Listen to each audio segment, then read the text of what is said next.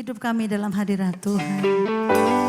Roh kami perlu makanan rohani, nutrisi, protein rohani dari Tuhan. Puaskan dan penuhkan kami dengan firman-Mu.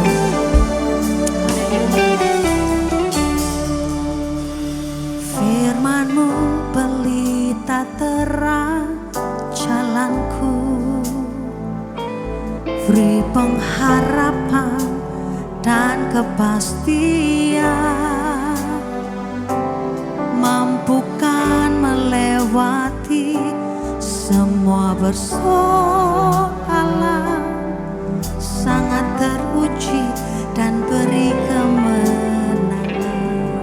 Firman-Mu, firman-Mu pelita terang, Dia memberi pengharapan, memberi kepastian,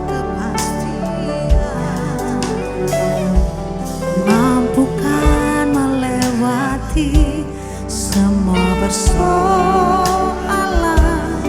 sangat teruji, beri kemenangan. Amin. Firman-Mu ceritakan kasih-Mu, menyucikan hati dan pikiranku,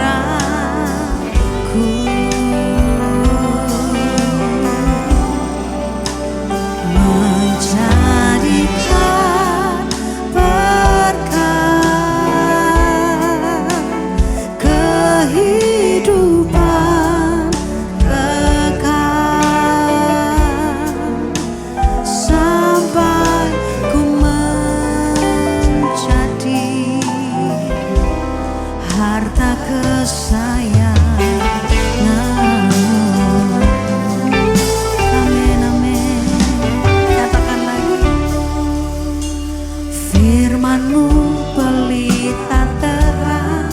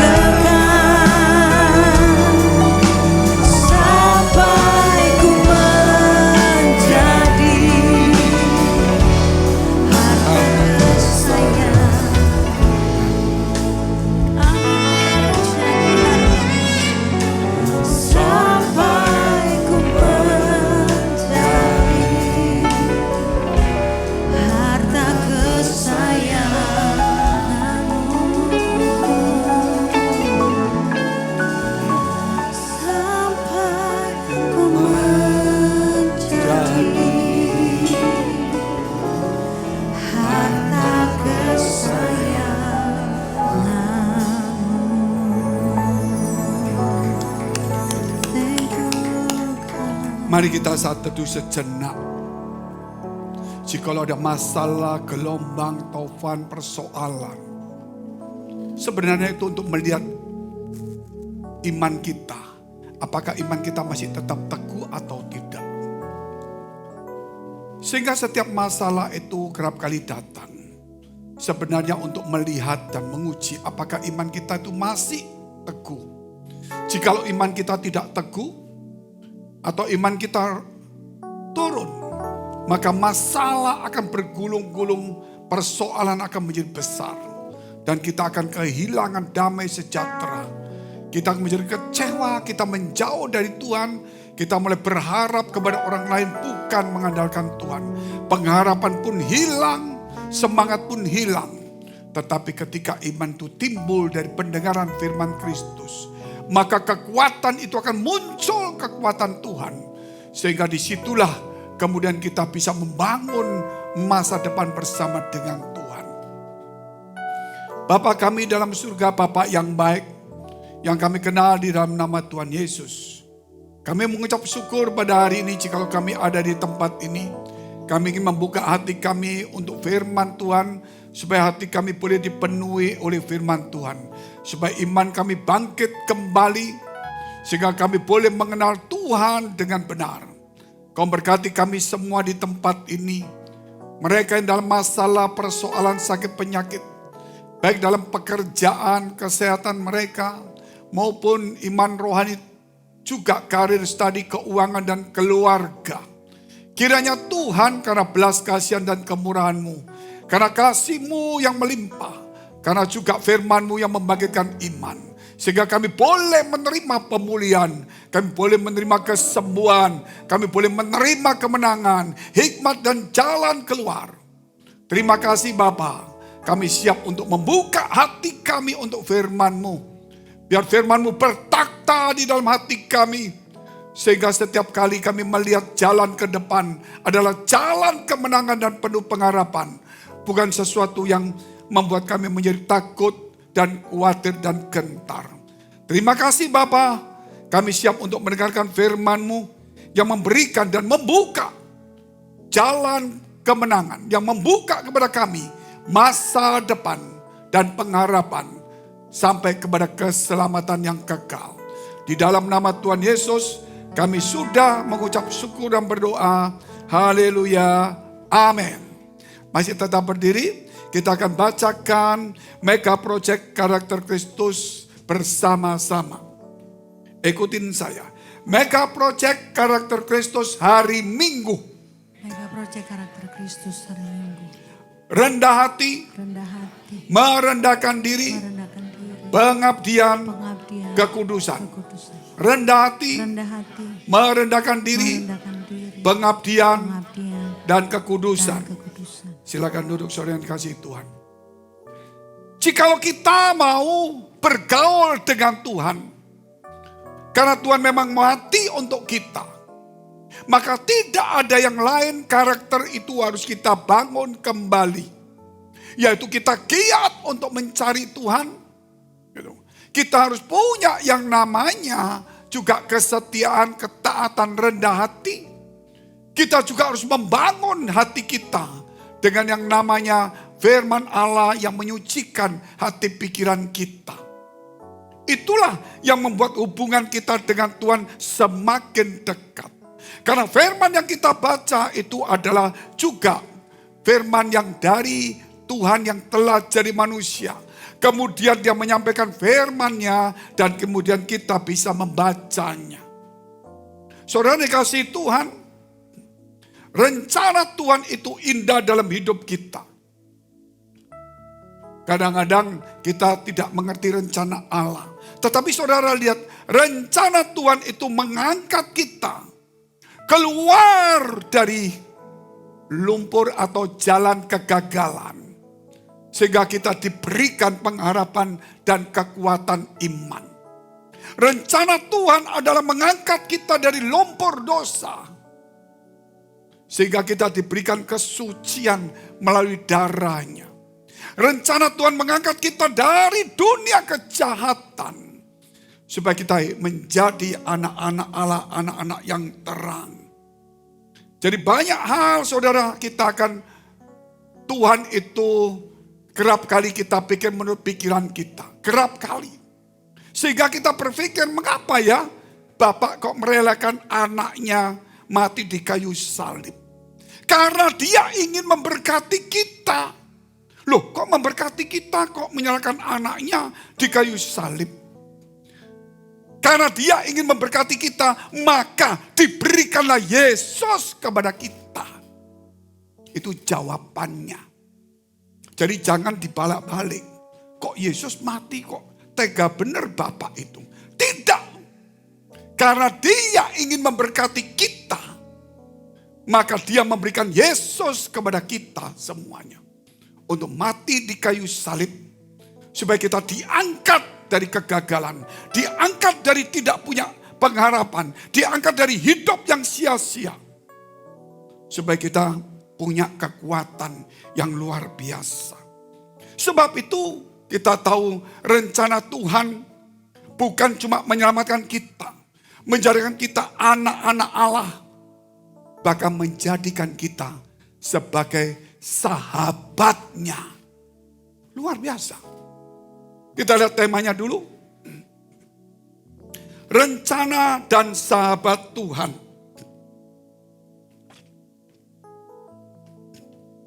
Rencana dan sahabat Tuhan.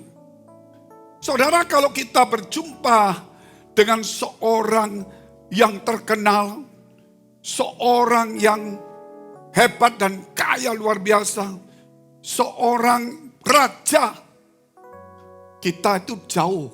Tetapi kemudian dia turun. Siapa namamu? Aku namaku ini. Oke, kita bersahabat hari ini. Kamu jadi sahabatku. Nggak usah sungkan-sungkan, ayo masuk istanaku. Makan yang sudah disediakan. Nggak usah sungkan-sungkan, kamu sahabatku. Itulah Yesus. Tetapi bukan berarti ketika kita diangkat menjadi sahabat gak boleh sungkan, kita tidak punya etika. Kemudian kita tidak punya respek dan hormat. Kemudian kita tidak punya rasa juga untuk menghargai dia. Kita tidak punya juga rasa untuk berkorban bagi dia. Jadi itu harus hati-hati. Tuhan angkat kita sebagai sahabat, tapi bisa enggak kita respek, hormat. Karena kita bukan sejajar. Tapi kita jauh di bawah. Diangkat untuk kita masuk di dalam kehidupannya dia yang suci, yang mulia. Tapi kita tidak bisa sungkan-sungkan, takut-takut. Tapi bukan berarti kita kurang ajar, tidak etika, kurang hormat. Tidak boleh. Makanya etika, karakter Kristus itu perlu ada. Supaya kita ada rasa hormat kepada Tuhan. Kita juga mulai belajar juga untuk rendah hati, merendahkan diri di hadapan Tuhan. Kita juga harus belajar untuk menguduskan diri kita. Karena raja itu berarti kita harus berpakaian walaupun gak mahal, menghargailah. Kalau Tuhan itu pakaiannya kudus, minimal ketaatan membuat kita menjadi kudus. Dan kemudian kita mengabdi kepada dia. Kalau sahabat baik, pasti dia berani berkorban. Itu sahabat. Kita lihat dulu poin pertama. Mati bagi sahabat-sahabatnya. Ini kerap kali kita gak membaca firman ini. Sehingga kita cukup puas bahwa Yesus mati untuk dosaku. Lupa kita untuk meningkatkan rohani kita supaya menjadi sahabat Tuhan. Yohanes 15 ayat 13 sampai dengan 16. Tidak ada kasih yang lebih besar daripada kasih seorang yang memberikan nyawanya untuk sahabat-sahabatnya. 14. Kamu adalah sahabatku, jikalau kamu berbuat apa yang kuperintahkan kepadamu. Aku tidak menyebut kamu lagi hamba, sebab hamba tidak tahu apa yang diperbuat oleh tuannya. Tetapi aku menyebut kamu sahabat, Karena aku telah memberitahukan kepada kamu segala sesuatu yang telah kudengar dari Bapakku, yaitu firman itu. Bukan kamu yang memilih aku, tetapi akulah yang memilih kamu. Dan aku telah menetapkan kamu supaya kamu pergi dan menghasilkan buah. Dan buahmu itu tetap, supaya apa yang kamu minta kepada Bapa dalam namaku, diberikannya kepadamu. Yesus mati bagi sahabat-sahabatnya. Nah, kita ini dijadikan sahabat, posisi yang berbeda jauh. Namun seakan-akan Tuhan berkata, gak usah sungkan-sungkan. Ayo masuk, ayo ke rumahku, ayo melayani, ayo dengar firmanku. Tetapi saudara punyalah juga rasa hormat dan takut akan Tuhan. Kerap kali kita lupa. Jadi akhirnya kita ketemu Tuhan takut.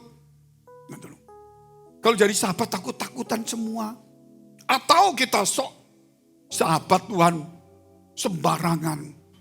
Itu salah juga. Salah juga. Suatu saat, yaitu 2 minggu lalu, sepertinya akhir bulan September. Ketika saya berdoa pagi-pagi, saya melihat satu penglihatan di dalam doa itu. Yaitu ada sebelah kiri sini ini pohon yang cukup tinggi. Sebelah kanan itu padang rumput. Kemudian Tuhan itu persis berdiri di antara itu. Sama beberapa orang, saya tidak tahu. Kemudian dia melihat saya dan berkata, Frankie, kamu sahabatku. Terus dia bicara. Tapi saya tidak mendengar suaranya, cuma ada di dalam hati saya. Seakan-akan berkata, ya sampai saya tadi katakan, gak usah sungkan-sungkan. Gitu. Gak usah takut. Tetaplah dekat Tuhan, punyalah kerinduan. Tapi tetap harus ada respect. Harus tetap hormat. Tetap punya etika. Tetap harus menghargai. Tetap harus berani berkorban untuk sahabatnya. Ada begitu banyak yang Tuhan kasih saya tidak bisa ceritakan. Sepertinya itu harus dicarikan kata-kata yang tepat. Sebagai seorang sahabat itu. Hari ini juga Bapak Ibu yang dikasihi Tuhan. Kalau kita punya sahabat Tuhan, kita harus menghasilkan buah. Berkorban untuk dia. Bayangkan kalau saya diajak teman saya, orang terkenal, ayo jalan-jalan, ayo gini, naik mobil saya. Saya pasti juga jaga di mobilnya itu. Gak boleh ngotorin, gak apa-apa, anggap mobilmu sendiri. Tapi bukan berarti dikotorkan. Ketika dia undang makan yang enak, gak usah sungkan-sungkan, makan aja kamu. Gitu. Bukan berarti kita pilih terus sembarangan, terus kotor-kotor, tidak. Tetap harus ada jaga hubungan yang akrab.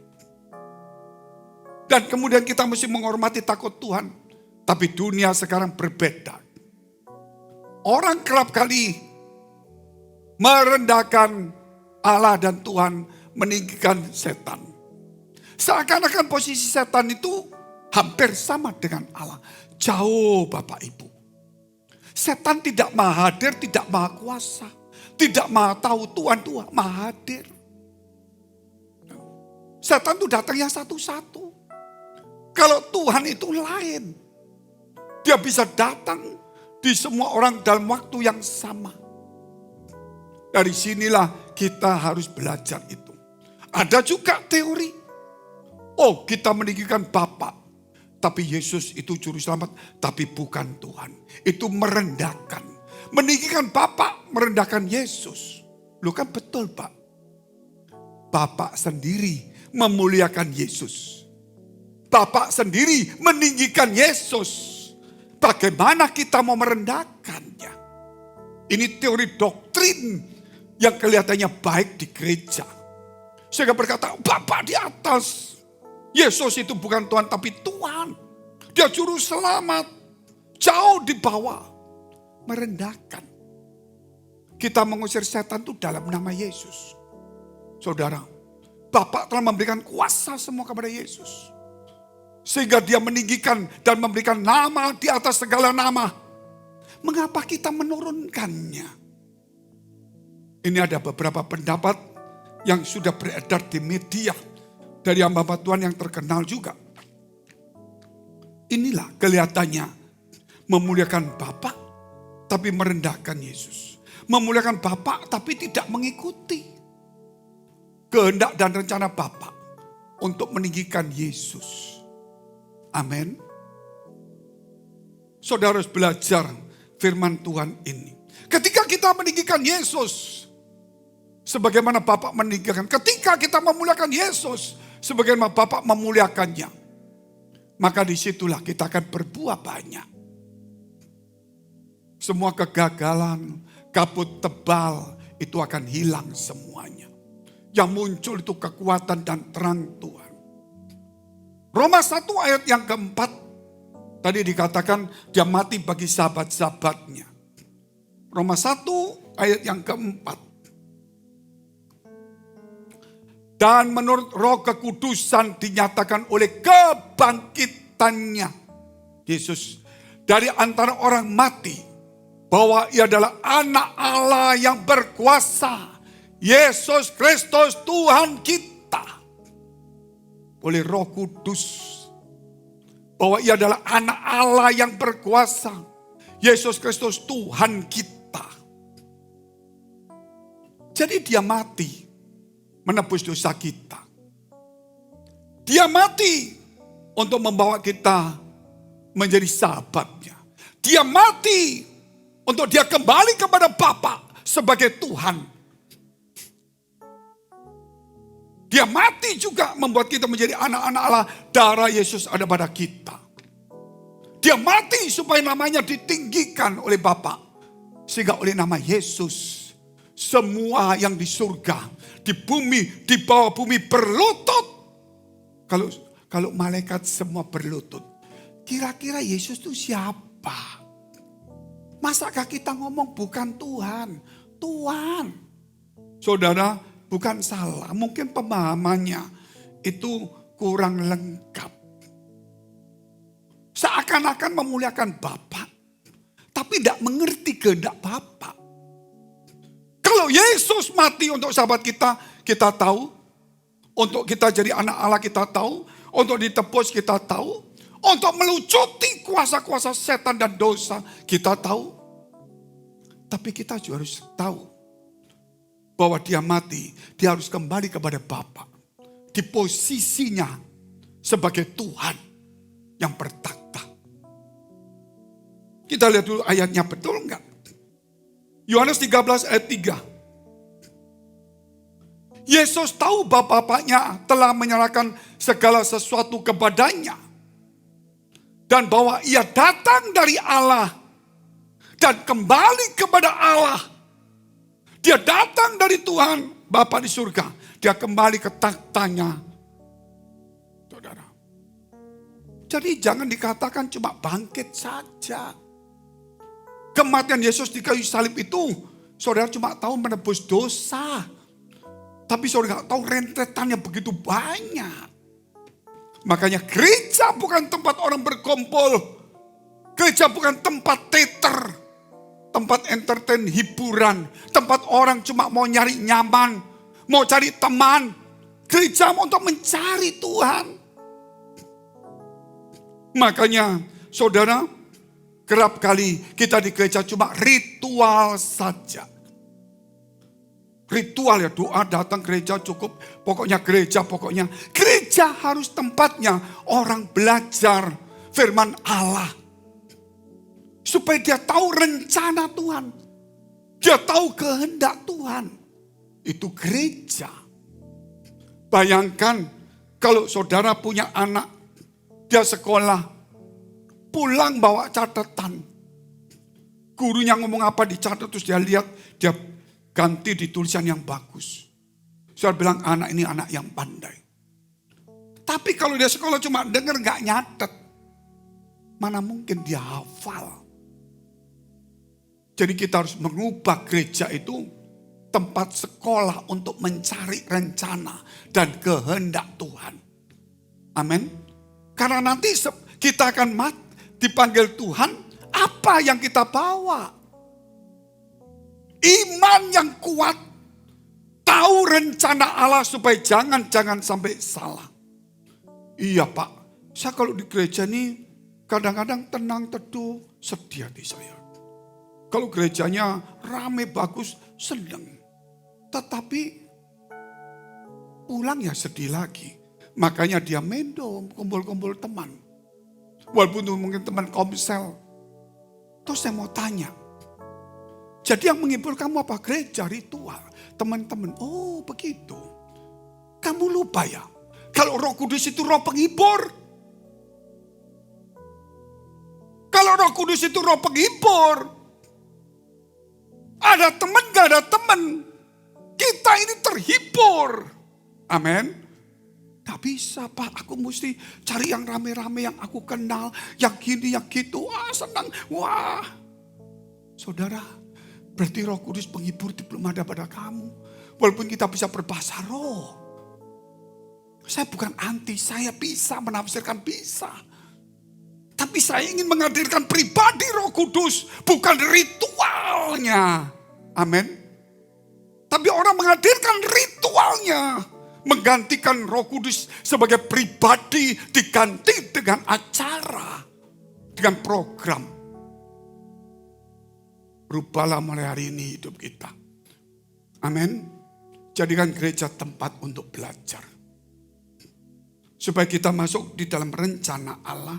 Rencana yang indah. Kolose pasal 2 ayat 15. Ketika dia menjadi Tuhan, dia bangkit dari kematian, dia menjadi Tuhan, namanya Tuhan itu berkuasa. Atas hidup kita, atas nasib kita, atas masa depan kita. Sehingga Tuhanlah yang memberikan terang dan gelap, menciptakan terang dan gelap. Dan menciptakan nasib malang dan nasib mujur. Tuhan pribadinya dan firman-Nya. Bukan ritualnya. Ritual di gereja mau doanya panjang, mau nyanyi bagus, gedungnya megah, orangnya bagus. Itu ritual yang harus membawa kita untuk ketemu Tuhan. Amin. Bukan kita berjumpa di situ senang. Ketemu teman-teman yang kaya, yang ganteng, yang cantik. Tinggal milih semua. Kesalahan fatal. Menggantikan pribadi dengan program. Program semua itu membawa kita harus mencari dan dalam kehendak Allah. Makanya Kolose pasal 2 ayat 15 kita lihat. Ia telah melucuti pemerintah-pemerintah dan penguasa-penguasa dan menjadikan mereka tontonan umum dalam kemenangannya atas mereka.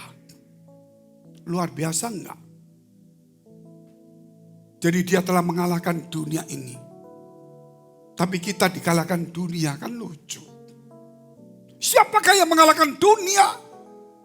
Kata 1 Yohanes pasal 4. Yaitu imanmu yang mengalahkan dunia. Amin. Imanmu. Tadi pagi saya bicara tentang bagaimana Adam dan Hawa jatuh di dalam dosa. Tapi saya tidak terangkan penuh lah. Ini cuma singkat aja.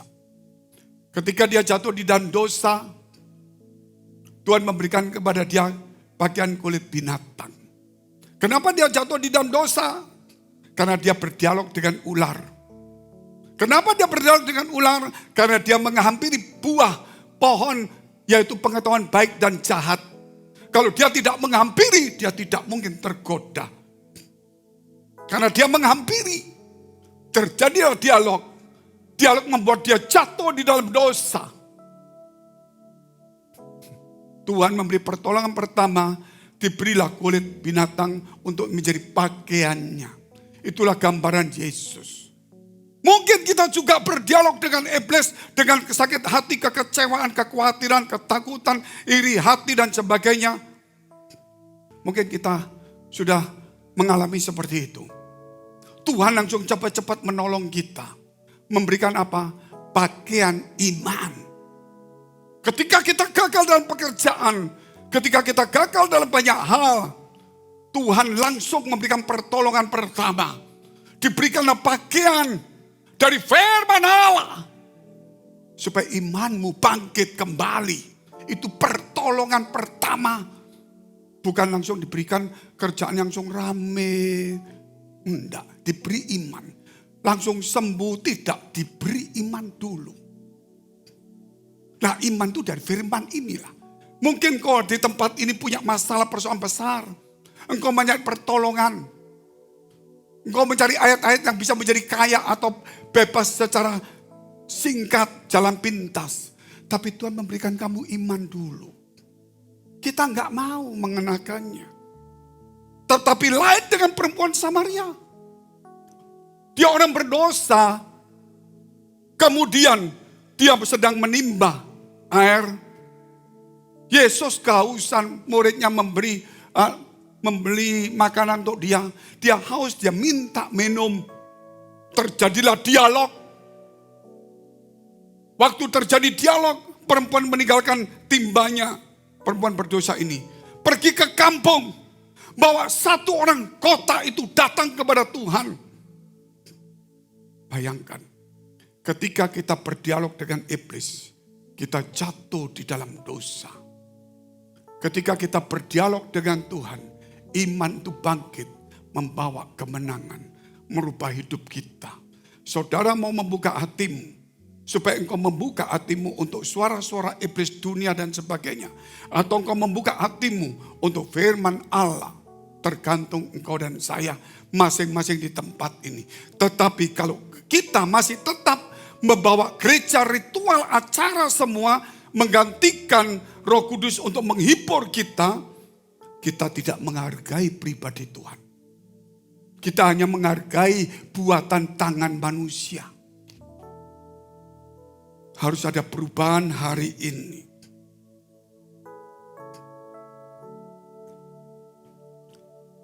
Yang kedua, nubuatan Yesus disalib.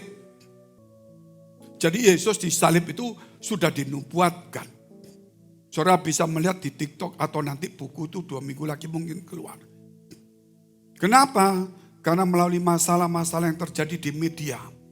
Mungkin orang salah mengatakan atau salah paham atau salah prediksi. Membuat kekacauan rohani. Sehingga mulai jadi kebingungan. Ketika kebingungan baru kita tahu. Orang-orang Kristen yang kebingungan adalah orang-orang Kristen yang tidak pernah belajar firman Allah. Tapi orang Kristen yang tetap kuat, dia tidak bingung karena dia belajar firman Allah. Sehingga melalui itulah Tuhan memberi kesempatan dan inspirasi kepada saya untuk mulai berkhotbah dan menulis buku supaya membangun iman kita kembali lebih dekat kepada Tuhan. Nubuatan Yesus disalib, Zakaria 13 ayat 7.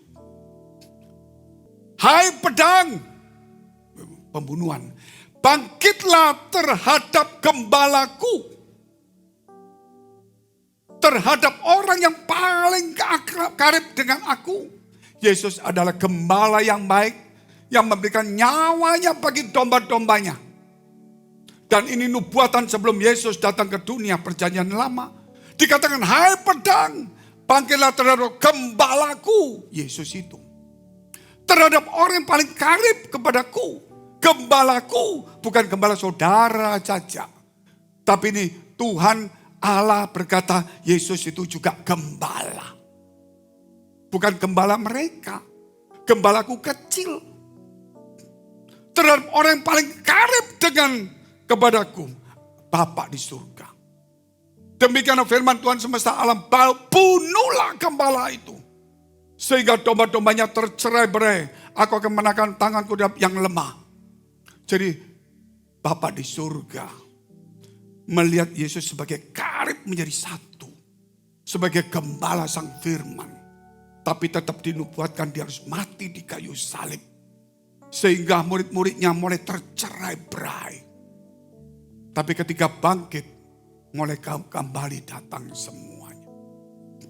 Itu waktu Yesus juga berbicara. Waktu dia perjamuan. Sebelum dia disalibkan. Sebelum dia menyerahkan dirinya untuk disalibkan. Markus 14 ayat 27 dan 28. Yesus mengambil Zakaria ini sebagai nubuatan bagi dia juga. Bahwa dia itulah gembala yang harus mati. Lalu Yesus berkata kepada mereka, kamu semua akan tergoncang imanmu. Sebab ada tertulis, aku akan memukul gembala. Dan domba-domba itu akan tercerai-berai. Luar biasa enggak Bapak Ibu? Jadi jangan berpikir Yesus mati itu kecelakaan, bencana, rencana setan, rencana manusia. Itu sudah disusun oleh para nabi-nabi dan kitab suci. Tapi kalau kita nggak baca, ya kita nggak mengerti. Yohanes 10 aja, 11, akulah gembala yang baik, menyerahkan nyawa bagi domba-dombaku. Kemudian dia ngomong 14, 15, dan kemudian sampai ke 18.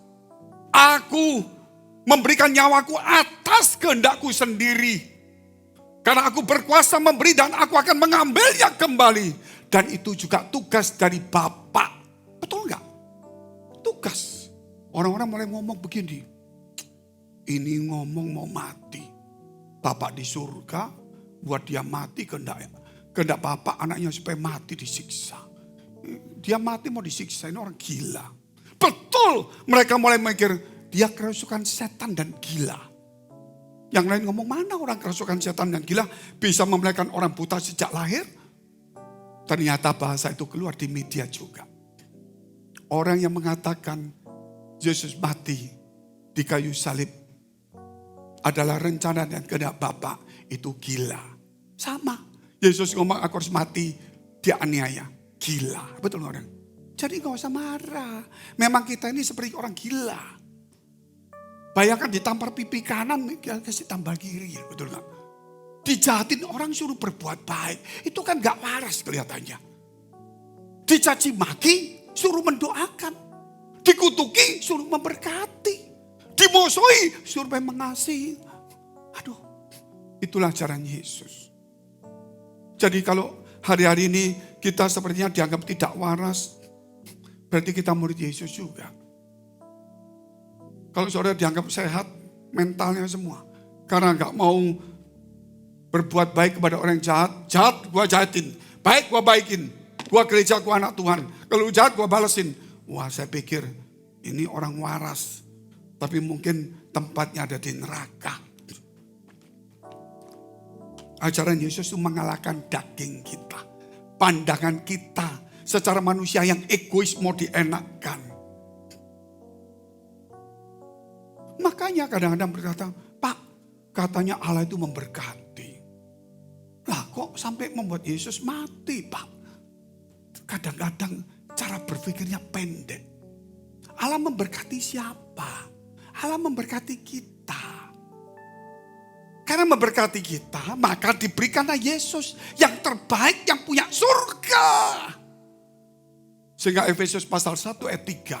Segala berkat di surga telah diberikan kepada kita. Segala berkat itu siapa? Kalau Yesus turun kepada kita, ya semuanya ikut. Kalau Yesus mati untuk kita, semuanya diberikan kepada kita. Amin. Kutuk dikalahkan, dosa dikalahkan. Namanya orang yang gagal, saudara, orang yang sakit oleh pilu-pilu menjadi sembuh. Gitu. Terlalu banyak. Siapa yang memandang Yesus, dia akan mengalami pemulihan. Banyak sekali. Sebab itu, jangan mendengar omongan iblis. Pak, kan di gereja, atau Pak, saya juga lihat media. Terus, yang ngomong firman loh Pak.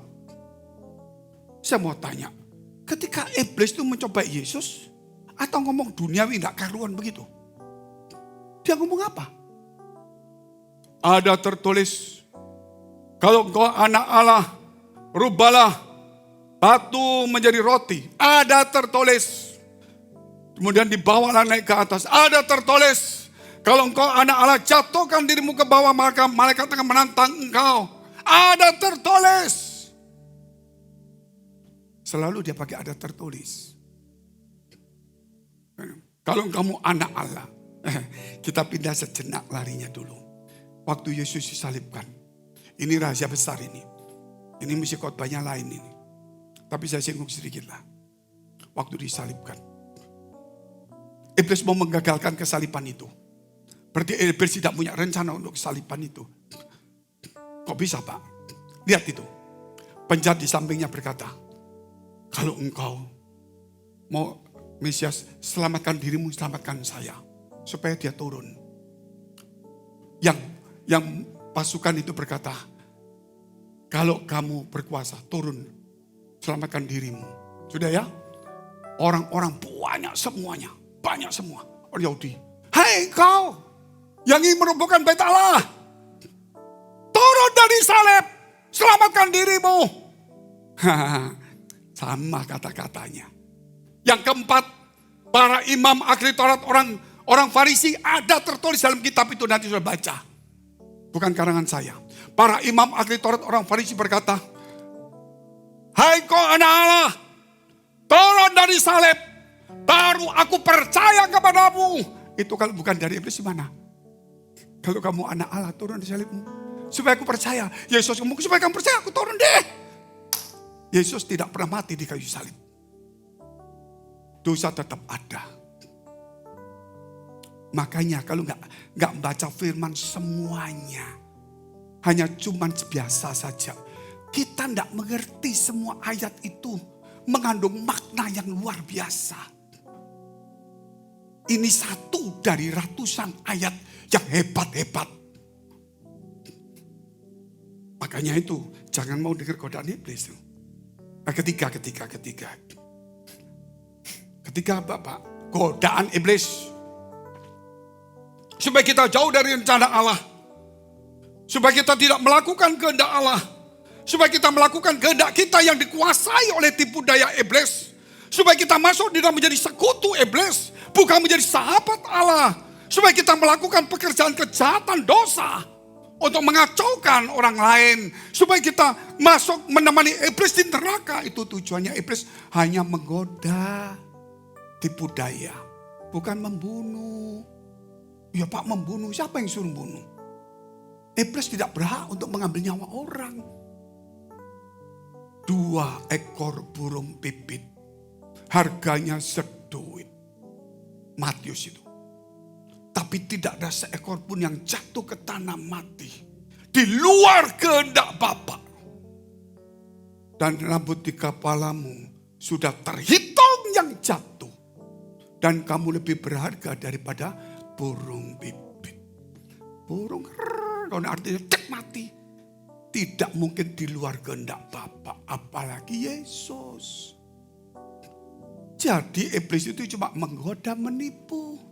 Setelah menggoda, menipu, free will kita, kehendak kita ini mulai terganggu. Nah, kita mau ikut iblis apa tidak? Makanya Yesus ngomong, pikul salib sangkal diri, ikuti karakter Kristus. Maka godaan itu tidak sampai membuat kita jatuh.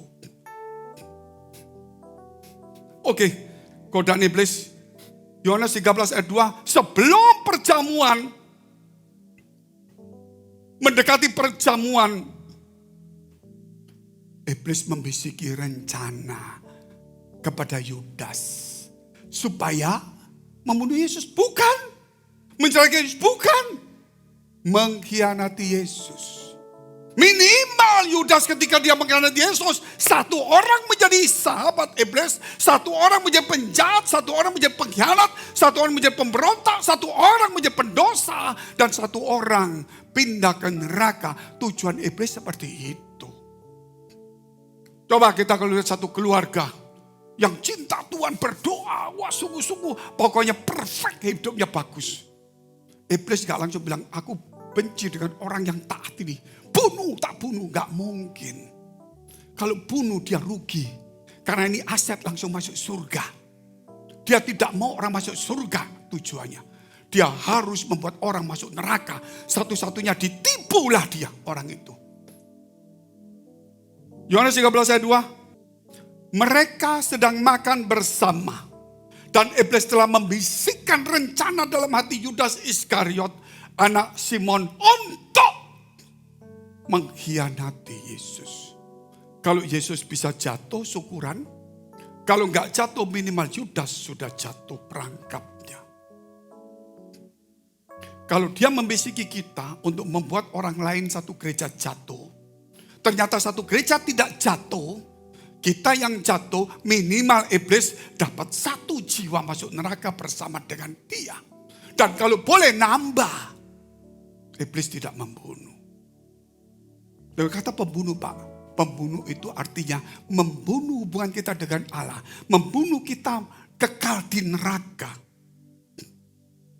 Itulah. Oke, kita lihat terus. Yohanes 19 ayat 10.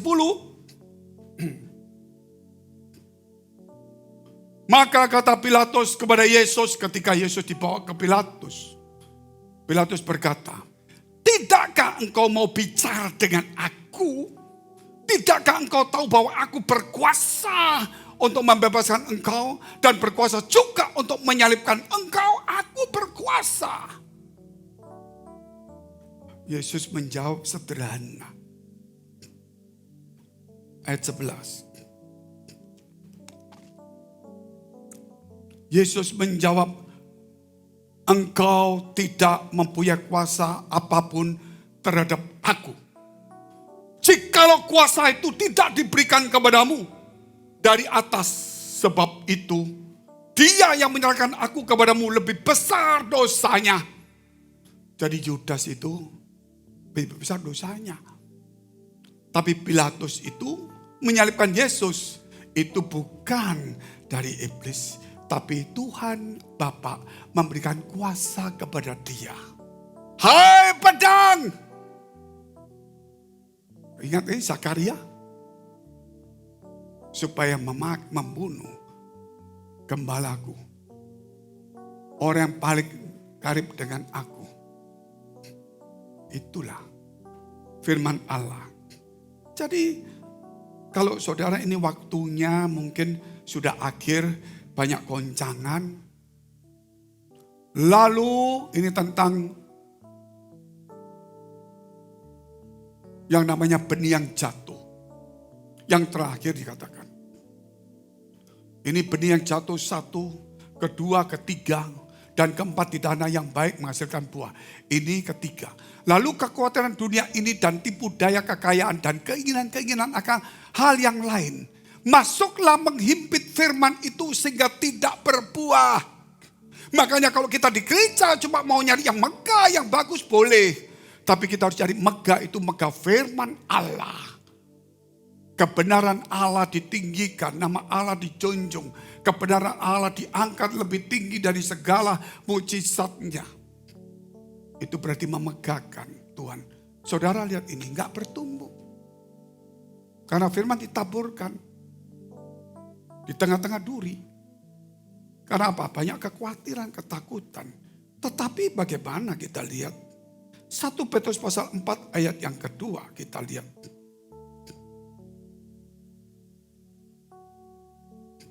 1 Timotius 4 ayat yang kedua. Ada enggak? Oleh tipu daya pendusta-pendusta yang hati nuraninya memakai cap mereka. Yaitu mereka menjatuhkan orang-orang percaya. Tipu daya. Gak usah ke gereja fanatik. Gak usah gereja baca firman. Kita sudah diselamatkan. Gak usah pikiran kita sudah cari duit lah. Gereja cuma butuh duit, kasih duit selesai lah. Memang gereja butuh duit karena bangunan. Tapi Allah sanggup menolong. Dan Allah bukan menolong gereja. Juga memberkati, kamu pun sanggup. Allah tidak meminta kita. Tapi Allah itu Allah pemberi. Sehingga kalau kita anak-anak Allah. Bukan cuma minta. Tapi kita belajar juga memberi. Karena Allah tak memberi kepada kita. Itu penting. Kalau kita nggak sadar saudara. Hari-hari seperti ini saudara tidak tahu.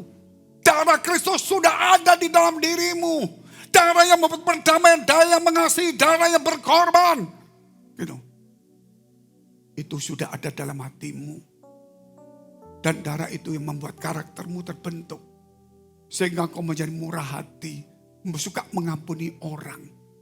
Karena engkau memberikan pengampunan, engkau diampuni. Karena engkau punya kemurahan, maka engkau diberi kemurahan. Karena engkau baik, maka Allah berbuat baik dalam hidupmu. Apa yang kau tabur akan kau tuai. siapa menabur hidupnya dengan firman, akan imannya timbul. Iman akan menghasilkan. Karena firman Allah tidak pernah kembali sia-sia. Siapakah yang menciptakan terang dan gelap? Siapakah yang menciptakan nasib malang dan mujur? Bukan kepandaian kita, hanya Tuhan. Mengapa kita tidak mau mengubah nasib kita yang malang melintang? Bukan mujur, malang melintang. Dirubah menjadi mujur. Setia, takutilah akan Tuhan. Hormati dia, dia sahabatmu sejati. Mari kita bangkit berdiri, kita mau berdoa.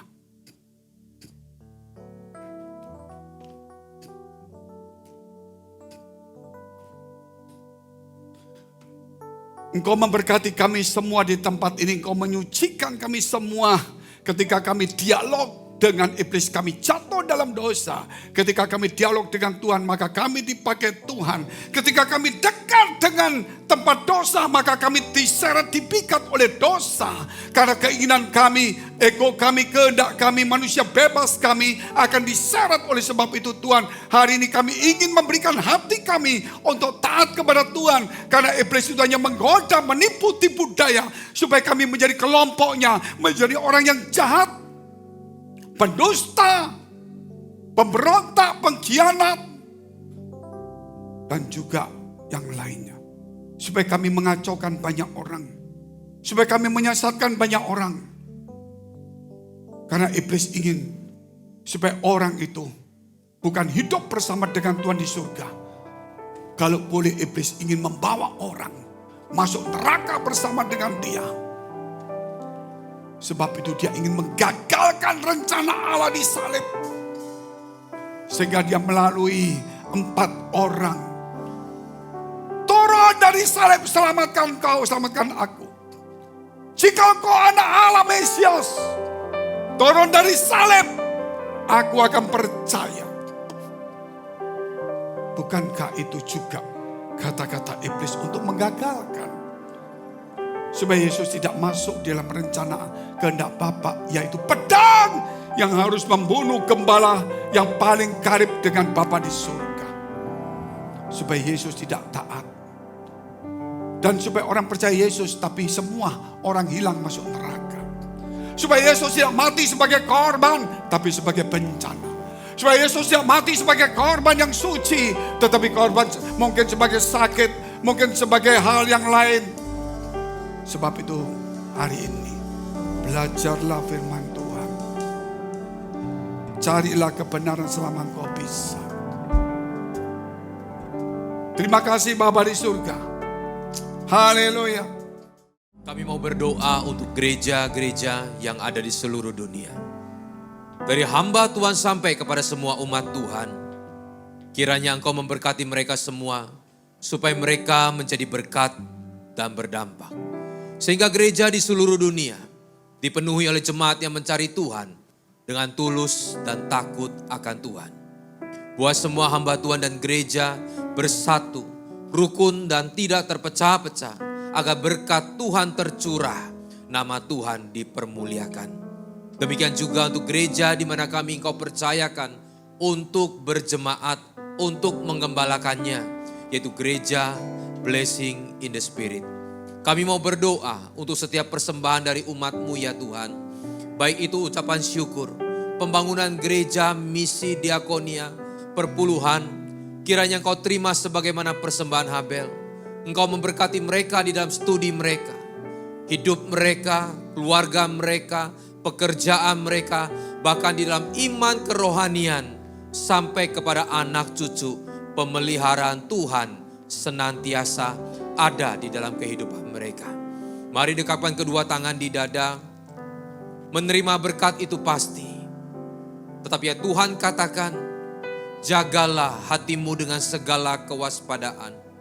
Karena dari situlah terpancar kehidupan. Jemaat yang dikasihi Tuhan, jadilah berkat dan terimalah berkat, rahmat, anugerah dari Allah Bapa di surga. Di dalam Putra Tunggalnya Yesus Kristus yang telah mati bagi dosa-dosa kita. Dan Dia bangkit pada hari ketiga. Sehingga kita sembah Tuhan Allah yang hidup. Iman kita bukan kepada Tuhan yang mati. Dia naik ke sorga menyediakan rumah bagi kita, sehingga kita punya pengharapan yang pasti. Dia akan datang kedua kalinya, menyebut gereja dan umatnya yang berjaga-jaga, kudus, dewasa, bijaksana, serta menghakimi dunia. Dan di dalam persekutuan dengan Roh-Nya yang kudus, menghibur, menguatkan, menginsafkan, dan terus membuat hati kita berkobar-kobar di dalam kasih semula, kekudusan, kebenaran, dan menjadi saksi Kristus mulai hari ini sampai selama-lamanya. Mari kita tutup dengan doa yang Yesus ajarkan. Bapa kami yang di surga, dikuduskanlah namamu, datanglah kerajaanmu, jadilah kehendak-Mu di bumi seperti di surga. Berikanlah kami pada hari ini makanan kami yang secukupnya, dan ampunilah kami akan kesalahan kami, seperti kami juga mengampuni orang yang bersalah kepada kami. Dan janganlah membawa kami ke dalam pencobaan, tetapi lepaskanlah kami dari yang jahat. Karena Engkaulah yang punya kerajaan dan kuasa dan kemuliaan sampai selama-lamanya. Amin. Tuhan Yesus memberkati. Silakan duduk Bapak Ibu. Walaupun